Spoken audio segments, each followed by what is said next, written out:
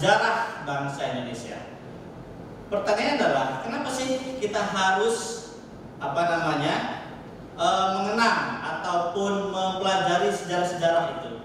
Ada yang mengatakan, udahlah kita tidak usah mengikuti sejarah, kita tidak perlu melihat ke belakang, langsung saja menuju ke depan.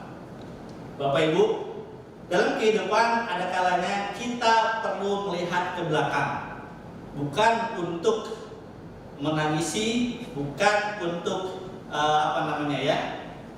membuat itu menjadi sesuatu yang mengganggu, tapi itulah sebuah cerminan bagaimana kita bisa menatap ke masa depan. Ya sama lah ya, kayak kita misalnya, kita memiliki barang yang memiliki sejarah dan kita tahu sejarahnya, maka kita akan lebih sayang, lebih cinta pada barang itu.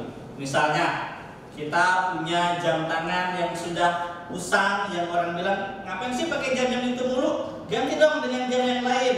Misalnya, kita punya motornya itu terus dari dulu. Orang sudah berganti Vario, orang sudah berganti jadi NMAX, ini masih aja pakai Honda Kirana. Mungkin kita tidak tahu bahwa motor itu punya sejarah, sehingga memiliki nilai atau value tersendiri. Itulah salah satu alasan kenapa sekali-kali kita perlu juga melihat ke belakang, flashback sejarah seperti apa. Untuk kesempatan kali ini kita akan bahas, Bapak Ibu, bagaimana sih sejarah proklamasi. Ya, kenapa akan kita bahas itu?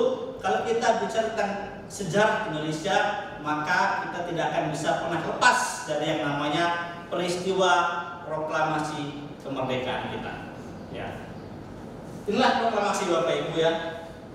Sudah tahu proklamasi adalah tanggal 17 Agustus tahun 1945, yaitu peristiwa yang merupakan yang paling berharga, peristiwa paling bersejarah di Indonesia, di mana titik itu, saat itu Indonesia menjadi negara yang merdeka dan berdaulat atas dirinya sendiri.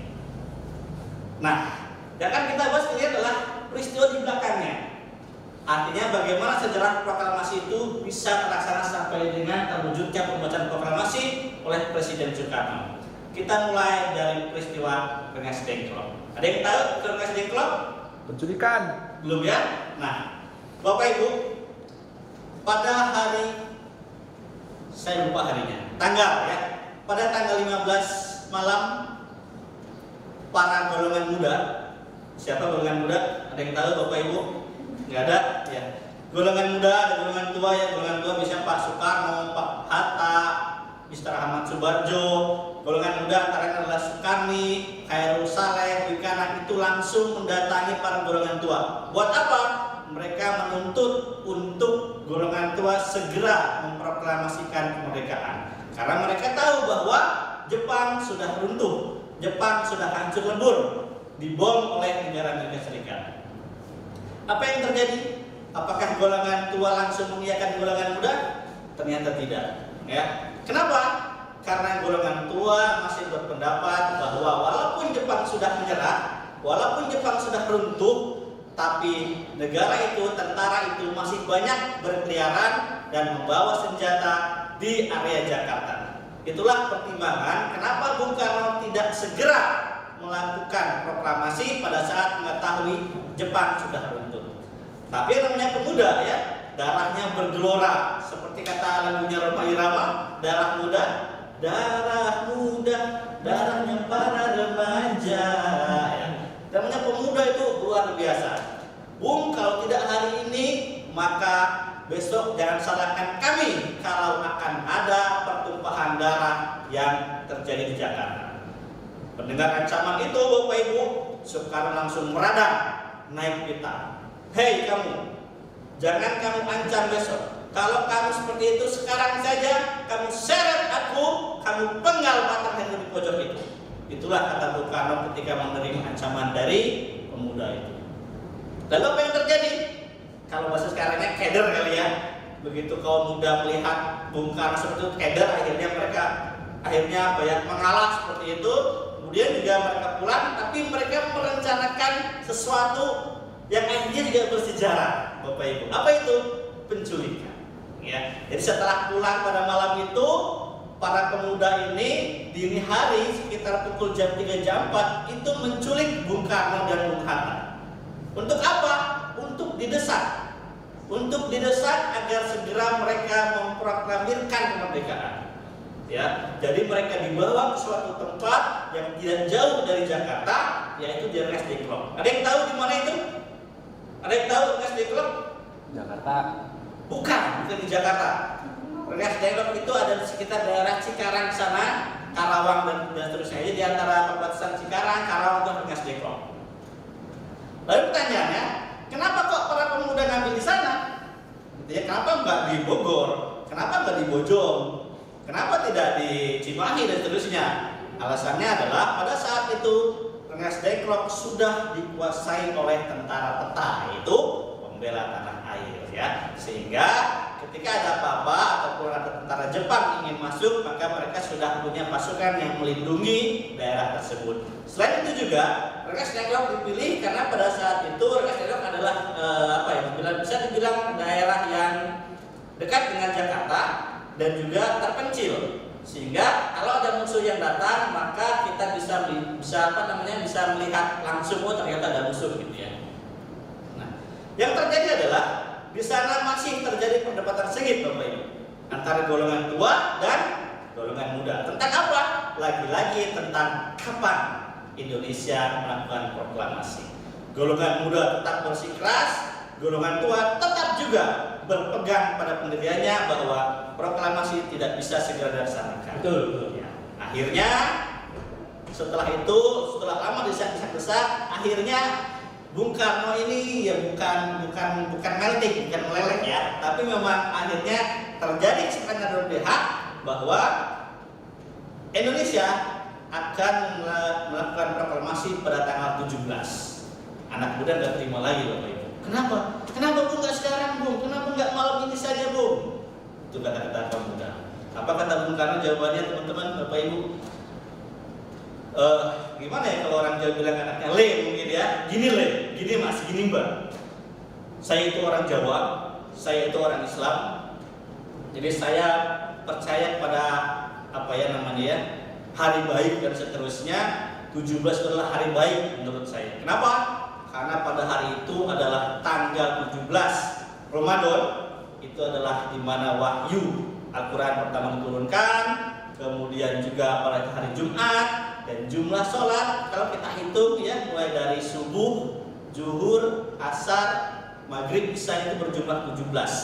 Jadi itulah jawaban dari Bung Karno kenapa dia tidak ingin melakukan proklamasi pada tanggal 16. Mereka pulang dari situ, dari Rengas Dengklok, pulang ke Jakarta tapi tidak ke rumahnya. Tapi kemana? Ada yang tahu? Ada yang tahu?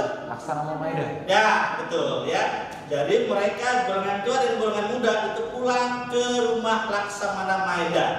Adalah seorang perwira Jepang yang menyediakan fasilitas untuk mereka. Untuk apa? Untuk menyusun naskah proklamasi.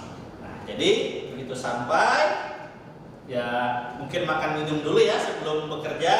Setelah makan minum cemil-cemilan, kemudian golongan tua yang dari Mr. Ahmad Subarjo, Bung Karno dan Bung Hatta itu masuk ke ruangan tersendiri. Mereka bertiga lah yang merumuskan naskah proklamasi, dan yang lainnya yang muda-muda itu bersantai-santai di beranda ruangnya Laksamana Maeda. Ya, kita sekarang mungkin main game gitu ya, main PS mungkin kalau ada. Mungkin juga pesan GrabFood, pesan Gojek kalau ada gitu ya. Setelah selesai, semua dikumpulkan di ruang makan. Itu malam 17 berarti ya, 16 malam dini hari, jam 2 sampai jam 3. Setelah itu dirumuskan, disepakati siapa yang tanda tangan. Golongan muda pengennya, golongan tua pengennya semua yang hadir, tapi golongan muda menolak. Akhirnya golongan muda, oke cukup, Bung saja berdua, tetapi atas nama bangsa Indonesia. Sudah selesai perdebatan? Belum. Ada lagi perdebatan. Apa itu? Yaitu tentang di mana proklamasi itu akan dibacakan. Ya. Golongan muda usul, Bung, gimana kalau kita bacakan di lapangan Ikada? Tahu lapangan Ikada? Tahu? Nggak tahu. Lapangan Monas dulu itu namanya Ikada. Apakah Bung Karno setuju? Nehi, tidak. Jangan Ikada dong. Kenapa? Karena IKADA itu lapangannya terbuka, Bapak Ibu ya. Artinya apa? Di situ masih banyak tentara Jepang yang membawa pistol, membawa senapan, membawa senjata.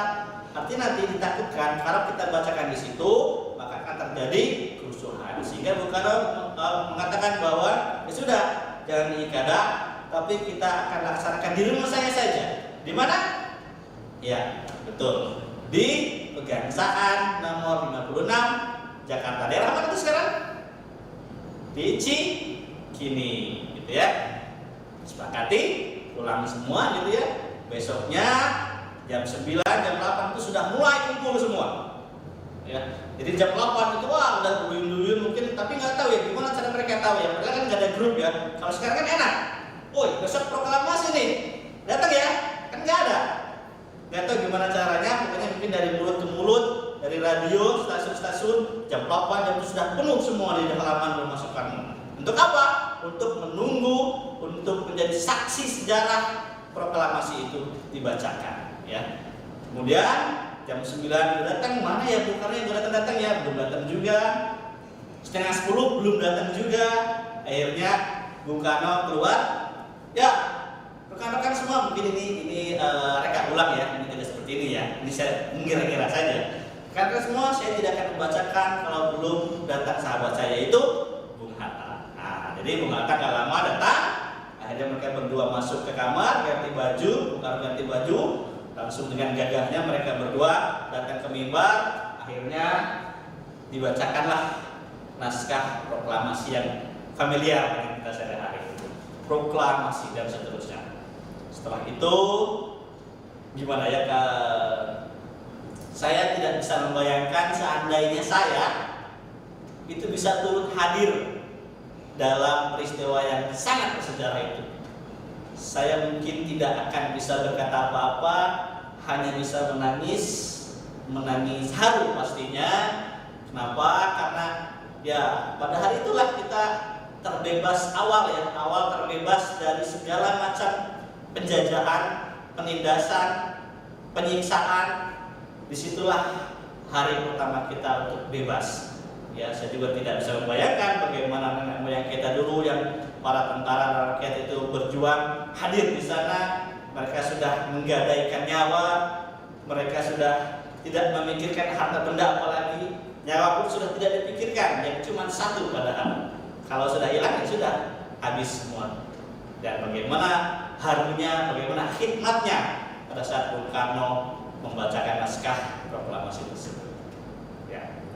Jadi pesannya kepada kita bahwa ya kita sebagai generasi penerus harusnya lebih bisa lebih bisa menghargai jasa para pahlawan kita, jasa nenek moyang kita yang sudah gugur di medan perang, yang sudah dengan ikhlas memberikan harta, bahkan tidak harta, nyawanya pun sudah ikhlas demi kemerdekaan kita. Dan tinggal kita sekarang bagaimana kita mengisi, bagaimana kita menghargai jasa para pahlawan itu dengan cara apa? Dengan cara bekerja dengan baik, bekerja dengan tanggung jawab, bekerja dengan efektif dan efisien, dan tentu saja harus memiliki karakter. Baik, terima kasih Bapak Ibu. Sampai jumpa di lain kesempatan. Oke.